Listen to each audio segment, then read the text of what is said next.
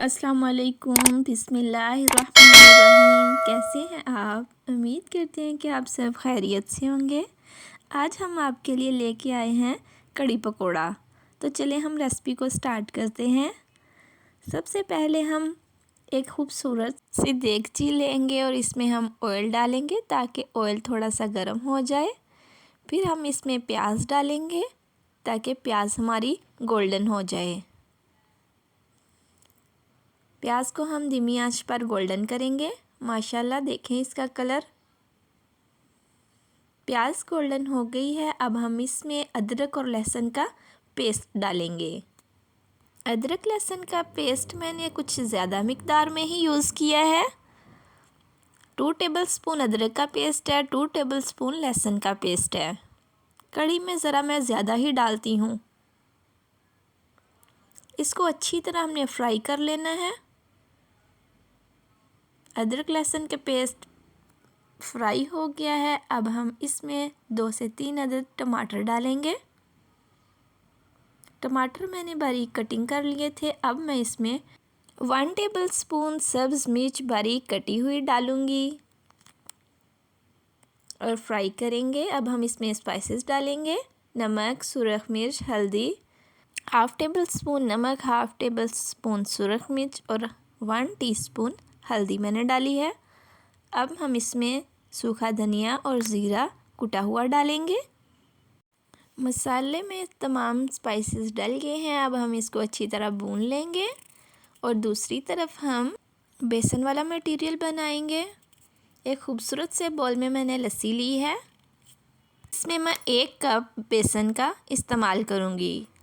कड़ी पकोड़ा की जो असल रेसिपी है वो तो चाटी की लस्सी के साथ ही बनती है, मगर अब चाटी की लस्सी तो मिलती ही नहीं है। ये तो गांव की सौगात है, तो इसलिए लोग दही का इस्तेमाल करते हैं। अगर आप दही के साथ कड़ी बनाएंगे तो 1 या 2 दिन पहले ही दही लेकर रख लीजिएगा ताकि ये थोड़ी सी खट्टी हो जाए दही और कड़ी आपकी बहुत ही मज़े की बने।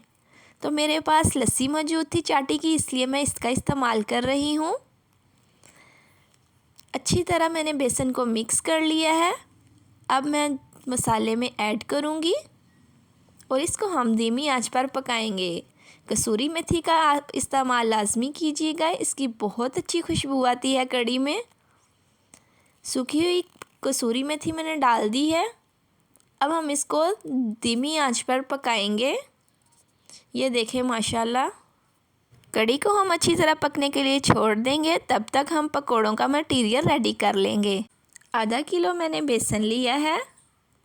2 से 3 मीडियम साइज़ के मैंने प्याज कटिंग कर लिए थे और 2 अदद मैंने आलू बारीक कटिंग कर लिए हैं। अब हम इसमें डालेंगे बारीक कटी हुई पालक। पालक से पकोड़ों में बहुत अच्छा टेस्ट आता है।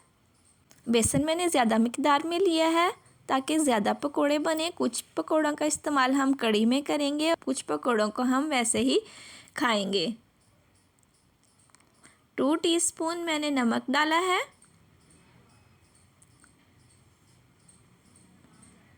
1 टीस्पून हल्दी पाउडर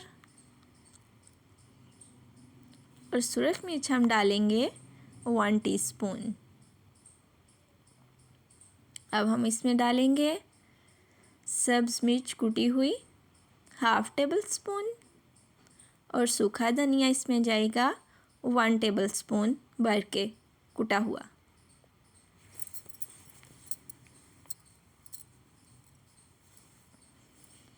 पकोड़ों को बहुत ज़्यादा क्रिस्पी बनाने के लिए और मज़े के बनाने के लिए 2 से 3 टेबल स्पून हम इसमें कुकिंग ऑयल डालेंगे। कुकिंग ऑयल डालने से पकोड़े बहुत ही खस्ता बनते हैं। पकोड़ों का मटेरियल बनाते हुए आपने ध्यान रखना है कि चम्मच का इस्तेमाल आपने हरगिज़ नहीं करना। अगर आप चाहते हैं कि आपके पकोड़ों की सब तारीफ़ करें तो आप पकोड़ों के मटेरियल को हाथ के साथ ही गूंदिएगा। तमाम मटेरियल हम हाथ के साथ बनाएंगे। पकोड़ों में मज़े का टेस्ट देने के लिए हम इसमें थोड़ा सा अनारदाना भी इस्तेमाल करेंगे। अनारदाना 1 टीस्पून था मेरे पास। अच्छी तरह हम मिक्स कर लेंगे। एक कढ़ाई में हम ऑयल को गरम करेंगे और इसमें हम हाथ के साथ ही हम पकोड़े बनाएंगे। आपने मटेरियल को डालते हुए भी चम्मच का इस्तेमाल नहीं करना। अगर आप इस तरीके से पकोड़े बनाएंगे तो आपके पकोड़े बहुत मज़े के और खस्ता बनेंगे और सब लोग तारीफ़ करेंगे। अगर आंच की बात की जाए तो मीडियम टू हाई फ्लेम पर आपने पकोड़ों को बनाना है। लो फ्लेम पर आपने कभी भी पकोड़े नहीं बनाने। माशाल्लाह देखें, साइड हमने पलट ली है। इसको अच्छी तरह गोल्डन होने पर हम निकाल लेंगे। आप इसका कलर चेक कर सकते हैं। माशाल्लाह पकोड़े पक्का रेडी हो गए हैं। देखिए कितना खूबसूरत कलर आया है इनका, गोल्डन। अब हम इनको सर्व करेंगे केचप के साथ। माशाल्लाह देखें, पकोड़े बहुत ही मज़े के और खस्ता बने हैं। आप इनको शाम की चाय के साथ भी बना सकते हैं और एंजॉय कर सकते हैं। कढ़ी हमारी पक कर रेडी हो गई है माशाल्लाह। अब हम इसमें पकोड़े ऐड करेंगे। देखें, कढ़ी में हम पकोड़े ऐड कर देंगे और अच्छी तरह मिक्स करेंगे। कढ़ी भी माशाल्लाह रेडी हो गई है और पकोड़े भी हमारे बन गए हैं। अब हम इसमें थोड़ी सी कसूरी मेथी भी डालेंगे ताकि इसकी खुशबू दुबाला हो जाए। अब हम एक छोटे से फ्राई पैन में ऑयल डालेंगे ताकि हम कढ़ी का तड़का रेडी कर लें। कढ़ी को हम तड़का ज़ीरे के साथ लगाएंगे।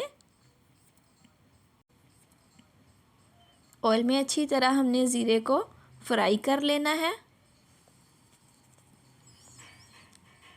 ज़ीरा गोल्डन हो गया माशाल्लाह। अब हम इसमें डाल देंगे।